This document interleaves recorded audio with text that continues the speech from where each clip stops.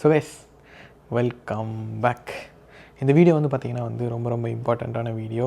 நீங்கள் இல்லை உங்கள் ஃப்ரெண்ட்ஸ் இல்லை உங்கள் ரிலேட்டிவ்ஸ் யாராவது வந்து யூஎஸில் மாஸ்டர்ஸ் படிக்கணும்னு நினச்சாங்கன்னா அவங்களுக்கு இந்த வீடியோ வந்து ரொம்ப யூஸ்ஃபுல்லாக இருக்கும். ஸோ மாஸ்டர்ஸ் பண்ணணும் யூஎஸில் அப்படின்னா வந்து லைக் எய்தர் மாஸ்டர்ஸ் இல்லை பேச்சுலர்ஸ், நீங்கள் எது பண்ணணுனாலும் உங்களுக்கு வந்து F1 வீசா அப்படின்னு சொல்லிட்டு ஒரு வீசா தான் வந்து தருவாங்க. ஸோ அந்த F1 வீசாவில் வந்து இம்பார்ட்டண்ட்டான கீ ஸ்டெப்ஸ் என்னென்னலாம் இருக்குது, என்னென்ன டைம் ஃப்ரேமில் என்னென்னலாம் பண்ணணும் அப்படின்னு சொல்லிட்டு ஒரு ஓவர்வியூ மாதிரி இந்த வீடியோவில் வந்து நம்ம பார்க்கலாம். ஸோ ஃபர்ஸ்ட் திங் என்னென்னு பார்த்தீங்கன்னா வந்து, ஸோ நீங்கள் எய்தர் எந்த கண்ட்ரி போகிறீங்கனாலும் யூஎஸ்ன்ட்டு இல்லை, யூஎஸ், ஜெர்மனி எங்கே போகிறீங்கனாலுமே வந்து அந்த கண்ட்ரிக்குன்னு சில லாங்குவேஜ் ரெக்குயர்மெண்ட்ஸ்னு சொல்லிட்டு ஒன்று இருக்கும், என்ட்ரன்ஸ் டெஸ்ட்னு சொல்லிட்டு இன்னொன்று இருக்கும். ஸோ லாங்குவேஜ் ரெக்குயர்மெண்ட்ஸ் என்னென்ன அப்படின்னு பார்த்தீங்கன்னா வந்து, ஃபார் எக்ஸாம்பிள் IELTS இல்லைனா டோஃபல், இது எல்லாமே வந்து இங்கிலீஷ் டெஸ்ட். இல்லைனா ஜெர்மன் போகிறீங்கன்னா வந்து ஜெர்மனில் நிறைய லெவல்ஸ் இருக்கும், ABC சொல்லிட்டு அந்த மாதிரி நிறைய லாங்குவேஜஸ் லெவல்ஸ் இருக்கும். ஸோ இது எல்லாத்தையுமே கிளியர் பண்ணுறதா வந்து ஃபர்ஸ்ட் இம்பார்ட்டண்ட்டான டாஸ்க். ஸோ அதை வந்து நீங்கள் வந்து ஒரு 1 or 2 years முன்னாடியே வந்து பிளான் பண்ணிங்க. ஃபார் எக்ஸாம்பிள் IELTS இல்லைனா டோஃபல்ஸ் எல்லாமே வந்து பார்த்திங்கன்னா வந்து 2 years வந்து வேலிடிட்டி இருக்கும். ஸோ நீங்கள் வந்து ப்ரியராகவே அதெல்லாம் பிளான் பண்ணி கிளியர் பண்ணி வச்சிட்டிங்கன்னா லாஸ்ட் மினிட்னா உங்களுக்கு எந்த ஒரு பிரச்சனையும் வராமல் ஸ்மூத்தாக வந்து போயிடலாம். ஸோ இதுதான் வந்து ஃபர்ஸ்ட் ஸ்டெப். நெக்ஸ்ட் வந்து பார்த்திங்கன்னா வந்து entrance exams.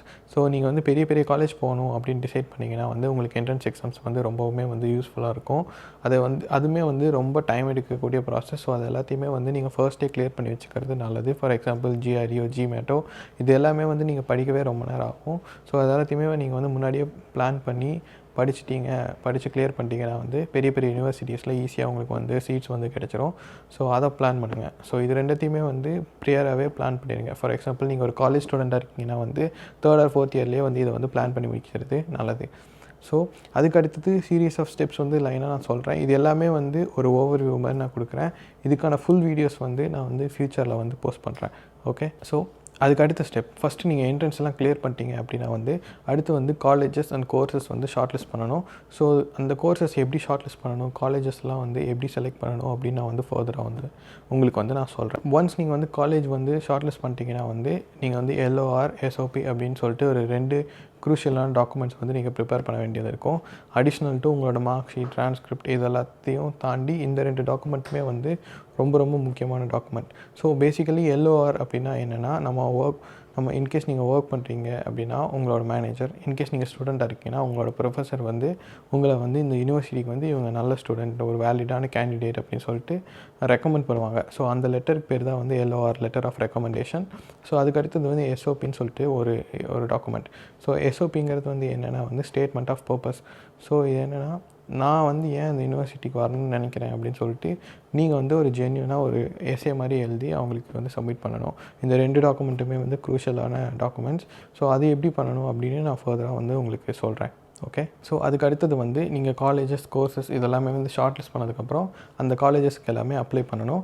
Using these documents இதெல்லாம் அப்ளை பண்ணணும். ஸோ இதெல்லாமே ஒன்ஸ் அப்ளை பண்ணி முடிச்சிட்டிங்க அப்படின்னா வந்து ஃபினான்ஷியல் பார்ட். ஸோ யூஎஸ்க்கு நீங்கள் வரீங்கன்னா அப்படின்னா ஃபினான்ஷியல் பார்ட் வந்து ரொம்ப க்ரூஷியலான ஒரு ஸ்டெப்பு. ஸோ எல்லா காலேஜஸுமே வந்து ஃபினான்ஷியலி நீங்கள் வந்து ப்ராப்பராக இருக்கீங்களா அதை வந்து செக் பண்ணுவாங்க. ஏன்னா இங்கே நிறையா வீசாஸ் வந்து ரிஜெக்ட் ஆகிறதுக்கான முக்கியமான ரீசனே வந்து பார்த்திங்கன்னா ஃபினான்ஷியல் திங்ஸ்னால தான் வந்து ரிஜெக்ட் ஆகும். நீங்கள் வந்து காலேஜ் ஷார்ட் லிஸ்ட் பண்ணுறதுக்கப்புறம் நீங்கள் வந்து காலேஜஸ்க்கு நீங்கள் அப்ளை பண்ணுவீங்க.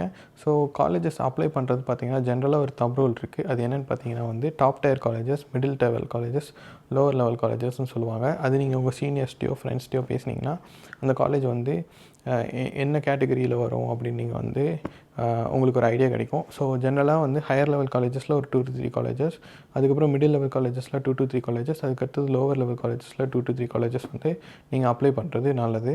ஸோ அப்போனா தான் உங்களுக்கு ஏதோ ஒரு காலேஜில் கன்ஃபார்ம் வந்து அட்மிஷன்ஸ் வந்து கிடைக்கும். ஒன்ஸ் நீங்கள் வந்து காலேஜ் வந்து அப்ளை பண்ணி முடிச்சிட்டிங்க அப்படின்னா நீங்கள் வந்து உங்கள்கிட்ட ஒரு சாய்ஸ் கிடைக்கும், நீங்கள் எந்த காலேஜ் சூஸ் பண்ணணும் அப்படின்னு சொல்லிட்டு. அது நீங்கள் காலேஜ் வந்து எப்படி சூஸ் பண்ணணும்னு சொல்லிட்டு நான் ஃபர்தராக சொல்கிறேன்.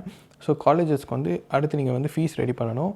இங்கே யூஎஸில் வந்து பார்த்தீங்கன்னா முக்கால்வாசி காலேஜஸ் எல்லாமே வந்து கிரெடிட் பேஸ்டு ஃபீஸஸ் தான் வந்து இருக்கும். ஸோ ஃபார் எக்ஸாம்பிள் உங்கள் காலேஜ் வந்து 30 கிரெடிட்ஸ் இருக்குது அப்படின்னா அந்த 30 கிரெடிட்க்கு ஈச் இண்டிவிஜுவல் கிரெடிட்ஸ்க்கும் நீங்கள் வந்து செப்பரேட்டாக பே பண்ணுற மாதிரி இருக்கும்.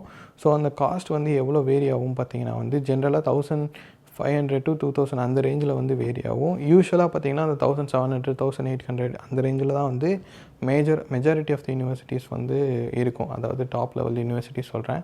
ஸோ அந்த ரேஞ்சில் தான் மோஸ்ட் ஆஃப் த யூனிவர்சிட்டிஸ் வந்து இருக்கும். நெக்ஸ்ட் ஒரு இம்பார்ட்டண்டான ஸ்டெப் இருக்குது. அது என்னென்னு பார்த்தீங்கன்னா வந்து I-20. ஸோ I-20ங்கிறது வந்து பார்த்திங்கன்னா ஒரு க்ரூஷியலான டாக்குமெண்ட். ஸோ அந்த க்ரூஷியலான டாக்குமெண்ட் வந்து எப்படின்னா உங்கள் காலேஜுக்கும் உங்களுக்கும் யூஎஸ் கவர்மெண்ட்டுக்கும் மூணுத்துக்குமே வந்து ஒரு கனெக்டிங் ஃபேக்டர் மாதிரி இருக்கிறது தான் வந்து I-20. ஸோ இந்த I-20 வந்து நீங்கள் ரொம்ப ரொம்ப கேர்ஃபுல்லாக இருக்கணும். ஸோ இந்த I-20 பேஸ் பண்ணி தான் வந்து உங்களோட வீசாவுமே எல்லாமே வந்து அதுக்கு அடுத்தடுத்த ஸ்டெப்ஸே வந்து இந்த I-20 வச்சு தான் இருக்குது. ஸோ இந்த I-20 வந்து என்ன அப்படின்னா ஜென்ரலாக பார்த்தீங்கன்னா இந்த I-20யில் எல்லா டீட்டெயில்ஸுமே இருக்கும். ஃபார் எக்ஸாம்பிள் உங்களோட காலேஜ் டீட்டெயில்ஸ், நீங்கள் எந்த கோர்ஸ் அப்ளை பண்ணியிருக்கீங்க, எந்த டைமில் வரீங்க, எந்த டைமில் கிராஜுவேட் ஆவீங்க, அது எல்லாமே I-20யில் வந்து இருக்கும். அண்ட் உங்களோட சோர்ஸ் ஆஃப் ஃபண்டிங் யார், அதுவுமே வந்து I-20யில் இருக்கும். ஸோ மெயினாக வந்து என்னென்னா யூஎஸில் வந்து பார்த்திங்கன்னா சோர்ஸ் ஆஃப் ஃபண்டிங்கிறது வந்து ரொம்ப ரொம்ப இம்பார்ட்டண்ட்டான விஷயம். அதாவது உங்களுக்கு யார் வந்து உங்களோட எஜுகேஷனை சப்போர்ட் பண்ணுறா, உங்களுக்கு யார் வந்து அமௌண்ட் தரா, அதுதான் வந்து ரொம்ப ரொம்ப இம்பார்ட்டண்ட்டான விஷயம். ஸோ அந்த மாதிரியான டீட்டெயில்ஸ் எல்லாமே அந்த I-20யில் தான் வந்து இருக்கும். ஸோ நீங்கள் அந்த I-20 வந்து ரொம்ப கேர்ஃபுல்லாக அப்ளை பண்ணணும். ஸோ I-20க்கு வந்து என்ன தேவை அப்படின்னு பார்த்தீங்கன்னா வந்து உங்களோட ஃபினான்ஷியல் ரிசோர்ஸஸ் தேவை. ஸோ அந்த ஃபினான்ஷியல் ரிசோர்ஸஸ் வந்து எப்படி கலெக்ட் பண்ணணும், எப்படி காட்டணும், எப்படி லோன்ஸ் அப்ளை பண்ணணும், அது மாதிரியான வீடியோ வந்து டீட்டெயில்டாக நான் வந்து இமீடியட்டாக போஸ்ட் பண்ணுறேன். ஸோ அந்த வீடியோ வந்து கன்ஃபார்ம் பாருங்கள். ஸோ ஒன்ஸ் நீங்கள் வந்து I-20 வாங்கிட்டீங்க அப்படின்னா வந்து நீங்கள் வந்து அடுத்து ஃபர்தராக வந்து வீசாக்கு வந்து அப்ளை பண்ணலாம். வீசா அப்ளை பண்ணையில் உங்களுக்கு 2 ஸ்டெப்ஸ் இருக்குது. ஃபர்ஸ்ட் வந்து பார்த்திங்கன்னா DS-116 சொல்லிட்டு ஒரு ஃபார்ம் ஃபில் பண்ணணும். அந்த ஃபார்மில் பார்த்திங்கன்னா உங்களோட எல்லா பர்சனல் டீட்டெயில்ஸுமே வந்து அந்த ஃபார்மில் தான் வந்து நீங்கள் ஆட் பண்ணுவீங்க. ஃபார் எக்ஸாம்பிள் நீங்கள் எந்த காலேஜ் படிச்சிங்க, நீங்கள் உங்களோட பேரண்ட்ஸ் டீட்டெயில்ஸ், உங்கள் யூஎஸில் உங்களுக்கு யாராக காண்டாக்ட்ஸ் இருக்காங்களா, ஸோ இந்த மாதிரியான டீட்டெயில்ஸ் எல்லாமே வந்து அந்த DS-160யில் ஃபில் பண்ணணும். அந்த டீட்டெயில்ஸ் வந்து நீங்கள் எவ்வளோக்கு எவ்வளோ ஜென்யூனாக ஃபில் பண்ண முடியுமோ அவ்வளோக்கு எவ்வளோ பண்ணுங்கள். அது வந்து ரொம்ப ஈஸியான ப்ராசஸ் தான், பட் கொஞ்சம் டைம் டேக்கிங் ப்ராசஸ். அது எப்படி பண்ணணும் ஸ்டெப் பை ஸ்டெப்பாக ஒரு வீடியோ வந்து நான் குயிக்காக போஸ்ட் பண்ணுறேன். ஸோ அது வந்து ஃபர்ஸ்ட் ஸ்டெப்.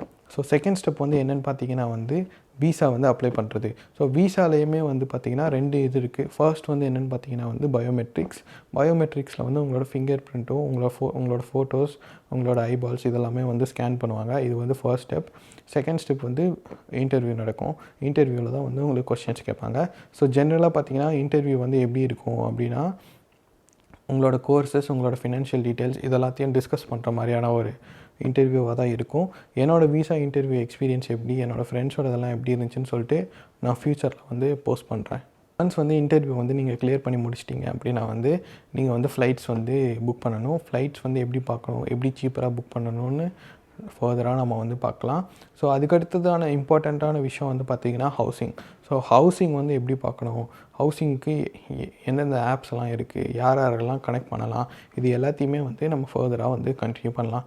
ஹவுசிங் பார்த்தாச்சு, ஃப்ளைட்ஸ் புக் பண்ணியாச்சு. அதுக்கடுத்து என்னென்ன திங்ஸ்லாம் வாங்கணும், எந்த மாதிரி பேக்ஸ்லாம் வாங்கணும், என்னென்ன ட்ரெஸ்ஸஸ்லாம் இங்கே வாங்கணும், எந்தெல்லாம் யூஎஸில் வாங்கணும், எந்தெந்த க்ராசரிஸ், என்னென்ன கிச்சன் ஐட்டம்ஸ்லாம் இங்கே வாங்கினா பெட்டர், யூஎஸில் வாங்கினா பெட்டர், அது எல்லாத்தையுமே வந்து டீட்டெயிலாக வந்து நம்ம ஃப்யூச்சர் வீடியோஸில் பார்க்கலாம்.